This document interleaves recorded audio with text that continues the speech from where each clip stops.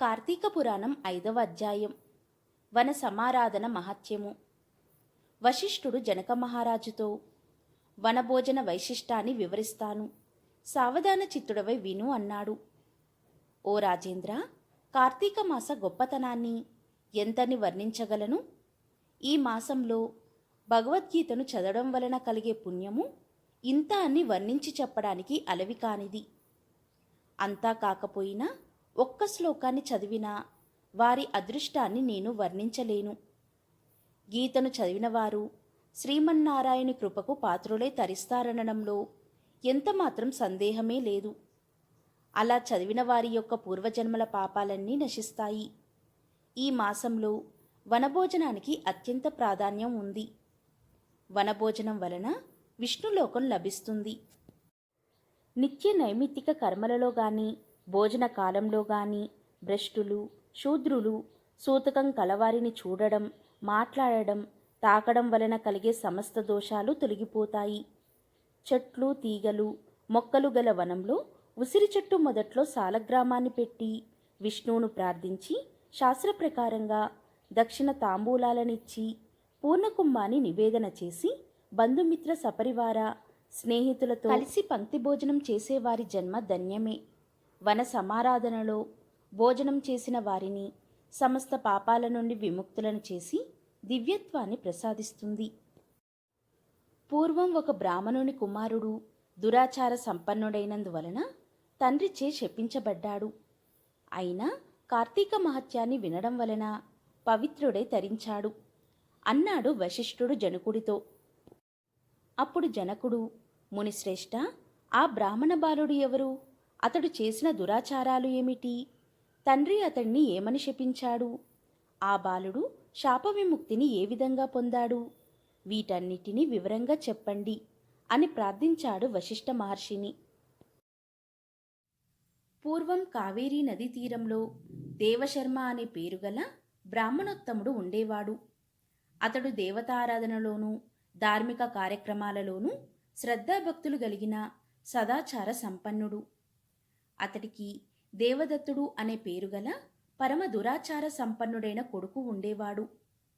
ఆ దేవదత్తుడు తానే విజ్ఞానవేత్తనని విర్రవీగుతూ గర్వపడుతూ తండ్రి చేసే పనులను అన్నింటినీ తిరస్కార భావంతో హేళన చేస్తూ ఉండేవాడు.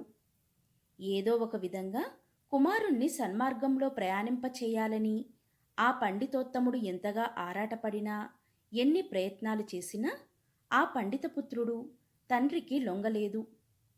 ఒకరోజున తండ్రి కుమారుణ్ణి పిలిచి, నాయనా, రాను రాను నీ ఆగడాలు శృతిమించిపోతున్నాయి. ఎవరు ఏ పని చేసినా వారిని, వారు చేసిన పనులను విమర్శిస్తున్నావు. అందరితోనూ తగాదా పడుతున్నావు. మనది ఎంతటి సదాచార కుటుంబం! పూజలు పునస్కారాలతో పునీతమైన కుటుంబం. మనింటికి వచ్చిన వారిని ఆదరించడం మన ధర్మం. ఇవన్నీ చేయకపోగా అవధులు తప్పి పాపపు పనులు చేస్తున్నావు. రాను రాను పతనమైపోతున్నావు. ఇక మీదటైనా వివేకవంతుడవై సన్మార్గంలో ప్రయాణిస్తూ భక్తి తత్పరతో మెలుగుతూ ఉండు. కుటుంబ గౌరవాన్ని నిలబెట్టు అంటూ మందలించాడు. తండ్రి మందలింపు విన్న కుమారుడు తండ్రిని ఎంతో వెటకారంగా చూశాడు. మీరు లేనిపోని పనికిరాని ప్రయాసలతో అయినవారిని కానివారిని నమ్ముకుంటున్నారు. భక్తి, ఉత్సవాలు, సంతర్పణలు అంటూ అనవసరమైన ఖర్చులు చేస్తున్నారు.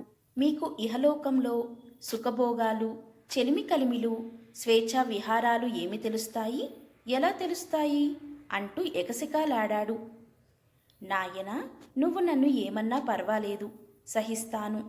10 మందిలో మంచి పేరు తెచ్చుకునే పనులు చెయ్యి. పూజలు, పునస్కారాలు పరమజీవనాన్ని కాపాడుతాయి. ఇది పరమ పవిత్రమైన కార్తీక మాసం. ఈ మాసంలో చేసే స్నాన సంధ్యలు, దీపారాధనలు, సమారాధనలు, సంతర్పణలు సమస్త పాపాలను పారదోలుతాయి, ఉత్తమ గతులను కలిగిస్తాయి. కనీసం ఈ నెల రోజులనైనా నీతి నియమాలను పాటిస్తూ ధర్మ కార్యాలతో కాలాన్ని గడుపు అని ప్రబోధ చేశాడు తండ్రి.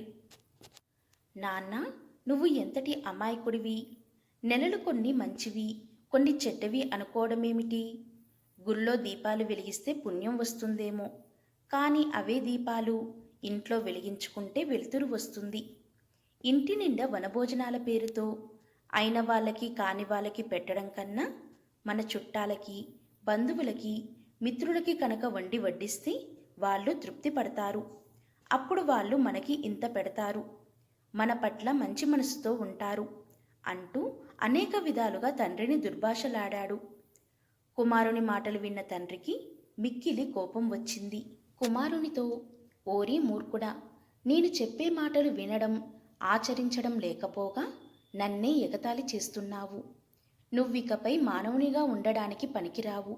కనుక ఎలుకవై ఏ చెట్టు తొర్రలోనో కాలం గడుపుతూ బ్రతుకు అని శపించాడు. తండ్రి శాపవాకులు విన్న దేవదత్తుడు భయంతో వణికిపోతూ తండ్రి పాదాల మీద పడిపోయాడు. నా అవివేకానికి ఇంతటి కఠిన శిక్ష విధించావేమిటి? నన్ను కనికరించు, నాకు శాప విమోచనాన్ని అనుగ్రహించు అంటూ తండ్రి కాలావేళ పడ్డాడు. కుమారా, నా శాపానికి తిరుగులేదు. తప్పకుండా నువ్వు అనుభవించి తీరాల్సిందే. ఇప్పటికైనా పశ్చాత్తాపడుతున్నావు కనుక శాప విమోచన సమయం చెబుతాను. ఎప్పుడు నువ్వు కార్తీక మాస మహత్యాన్ని వింటావో ఆనాడే నీకు శాప విమోచనం అవుతుంది అని చెప్పాడు. శాప విమోచన విషయం విన్న వెంటనే దేవదత్తుడు ఎలుకగా మారిపోయి కావేరీ నదీ తీరాన గల గజారణ్యంలో ఒక మర్రి చెట్టు తొర్రలో నివసిస్తున్నాడు. కొంతకాలం గడిచినాక విశ్వామిత్ర మహర్షి శిష్య సమేతుడై వనభోజనం కారణంగా గజారణ్యానికి వచ్చాడు. కార్తీక మాస స్నానం చేసి చెట్టు క్రింద శ్రీమన్నారాయణ్ణి ఆరాధించి తన శిష్యులకు కార్తీక పురాణాన్ని వినిపిస్తున్నాడు. ఆ సమయంలో ఆ చెట్టు త్వరలోనే ఉన్న ఎలుక బయటికి వచ్చి పూజా ద్రవ్యాల కోసం ఎదురుచూస్తుంది. ఆ దారిలో పోతున్న కిరాతకుడు విశ్వామిత్రుణ్ణి, అతని శిష్యగణాలను చూసి ఎవరో దారిన పోయే బాటసారులే అనుకుని వారి వద్ద ఉన్న ధనాన్ని అపహరించాలనే కోరికతో వాళ్ళ దగ్గరికి వచ్చాడు. కానీ మహర్షిని, అతడి శిష్యులను చూసిన తర్వాత ఆ కిరాతకుడి మనసే మారిపోయింది. సంస్కారవంతుడై మహర్షికి నమస్కరించాడు. విశ్వామిత్రుడితో, మీరెవరు? మిమ్మల్ని చూడగానే నాలోని క్రూరత్వం తొలగిపోయింది, ఆనందం కలుగుతోంది. మీరు ఏ దేవుణ్ణి ఆరాధిస్తున్నారో చెప్పి నన్ను కూడా కృతార్థుణ్ణి చెయ్యమని ప్రార్థించాడు.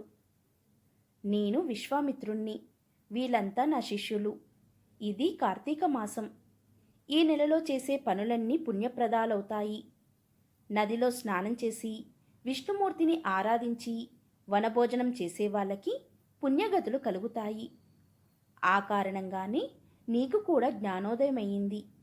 కనుక నువ్వు ఈ కార్తీక వ్రతాన్ని ఆచరించు, దానితో జీవన్ముక్తుడివి అవుతావు అని విశ్వామిత్రుడు చెప్తాడు.